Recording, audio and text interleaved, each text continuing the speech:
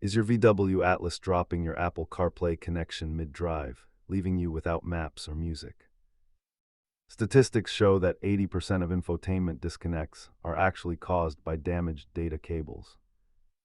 Let us break down the systematic way to troubleshoot your Atlas connection. Start by cleaning the USB-C port and swapping your cable for an official certified version.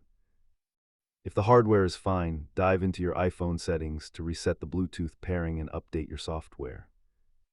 Sometimes the MIB3 system needs a hard reboot, which you can trigger by holding the power button for 10 seconds.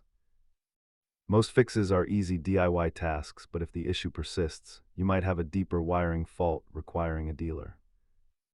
This chart highlights why a simple cable swap is the most effective first step for any Atlas owner. If you're still stuck, try testing a different device to isolate the problem to your phone or the vehicle head unit. Keep a small kit of compressed air and a high-quality cable in your glove box for quick troubleshooting on the go. Remember that a stable connection depends entirely on the integrity of the data path between your device and the console.